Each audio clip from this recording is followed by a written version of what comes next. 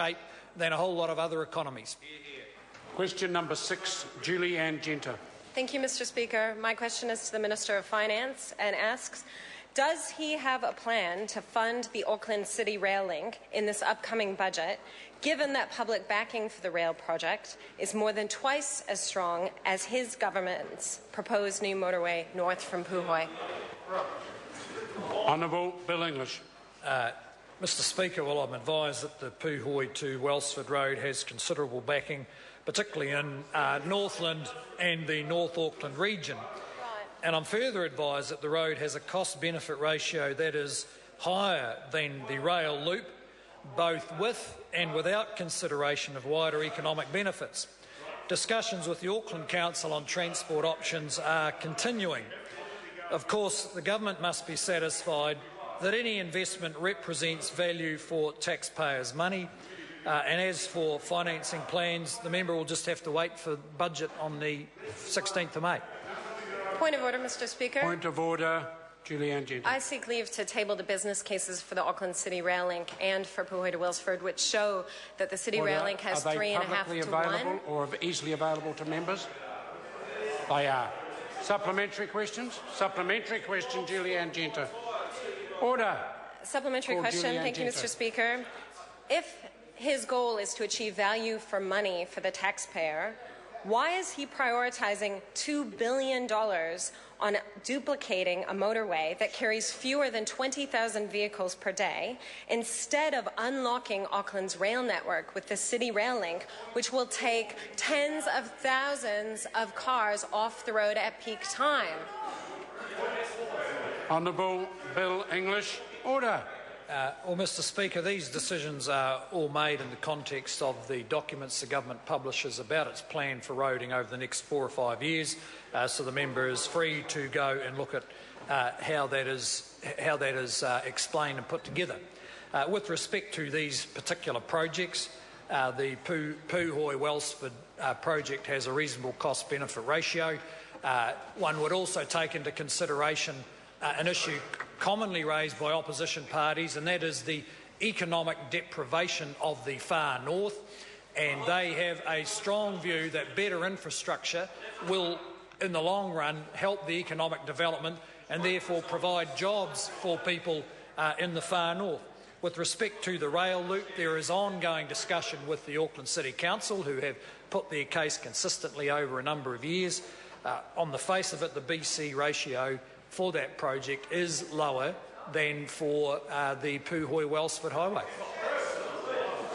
Supplementary question. Supplementary question. Julie-Anne Genter. Thank you, Mr. Speaker.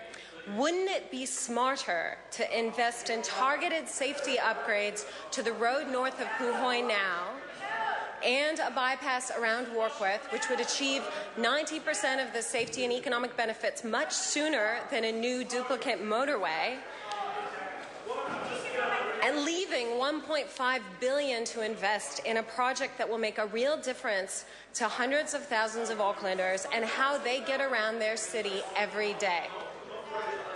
Honourable Bill English.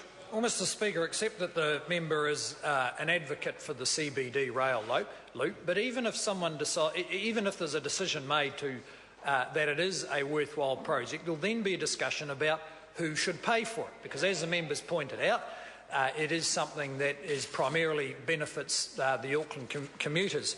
I'd also point out to the member it's not a trade-off between the Puhoi Highway and the CBD rail loop. The government has a broad-ranging investment program in transport which has included very significant investment in the Auckland and the Wellington rail networks. In fact, it is very significant, picking up from where the previous government started off. Those investments, there's been very considerable progress with those, and the government will also weigh up any decision around the rail loop with all the other transport projects all around the country, many of which have better BC ratios than this one. Question. Supplementary question, Julie-Anne Genter. Does he deny the statement that The roads of national significance haven't been tested by Treasury's Better Business Case guidelines, and therefore his government is prioritising 85% of new infrastructure spending on projects that haven't been thoroughly assessed and that were chosen before this party came into government. Honourable Bill English. Mr Speaker, some of the weight given to the roads of national significance was set out in the manifesto presented by the National Party opposition back in 2008. And of course at that time it did not have access to all the analytical capacity, or in fact any of the analytical capacity of the public service.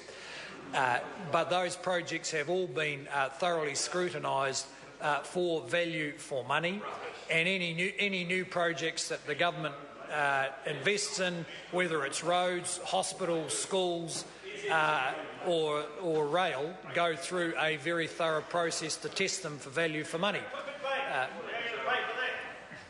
Supplementary question.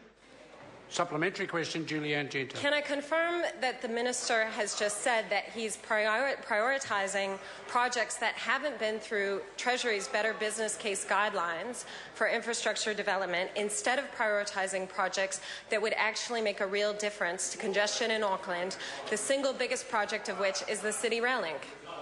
Honourable Bill English. Well, Mr Speaker, I think that the point here is that the reason there's a healthy debate about the City Rail Link is because when you put it through the kind of robust guidelines that have been developed, it shows relatively low benefits for the investment.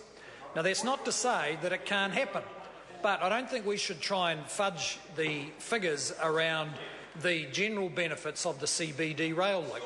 And if the member has other reasons why it should go ahead than its economic value to New Zealand, then I'm sure those are going to be part of the debate. But the fact is, under rigorous assessment, it's not the kind of project that stands out ahead of all the others as a valuable investment.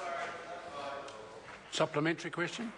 Given that road users and freight will benefit most from the City Rail Link, according to all the numerous studies that have been done on this project, because it's the best option to reduce congestion, why won't his government make it a priority instead of their election promises to the provinces?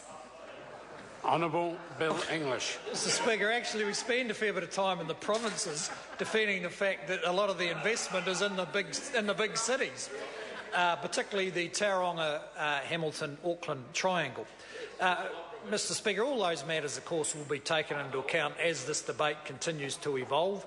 I know in the minds of Auckland, of the Auckland Council, this is a project they believe is vital to the development of their city. The rigorous economic assessment of it doesn't rank it highly, but the discussions are continuing. Supplementary question? Supplementary question, Julianne Genter. Given that Auckland is expected to grow by more than the entire population of Wellington by 2031, why isn't his government prioritising smart infrastructure like the City Rail Link, which will unlock the capacity of our existing rail assets and take tens of thousands of cars off the road at peak time, giving Aucklanders real choices and freeing up the roads for freight and commercial traffic?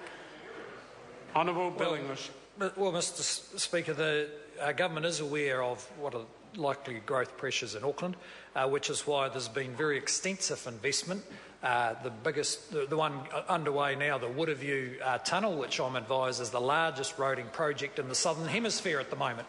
And that is all about unlocking the potential of the completed motorway network, because regardless of whether the CBD rail tunnel goes ahead, the overwhelming majority of commuter trips in Auckland will continue to be either cars or buses, and they will continue to need motorways. So these are not mutually exclusive ways of approaching Auckland's investment in Auckland's infrastructure. The government has done metro rail, it's proceeding to complete the motorway network, and it's in an ongoing discussion with the council about the CBD rail network. Point of order, Julianne Genter. For the benefit of the Minister, I seek leave to table information from traffic engineering guidelines, which shows that the capacity of a motorway lane is 2,000 people per hour, and the capacity of a rail lane is 20,000 people per hour. Is the information freely available to members? It doesn't seem to be available to the national If government it's freely ministers. available to members, it will not be tabled. Order. Further point of order? I also have a letter here which is not available on the internet, but it is a letter to the Secretary of State Transport in the United Kingdom from 25 transport professors, and it does question the economic benefits of continuing interurban road building as it leads to more congestion. This letter, a UK letter signed by 25 professors, etc. Is there any objection? There appears to be none. It can be tabled. Question number 7, Dr. Jan Yang. Thank you, Mr. Speaker. My question is to the Minister for Economic Development and asks, how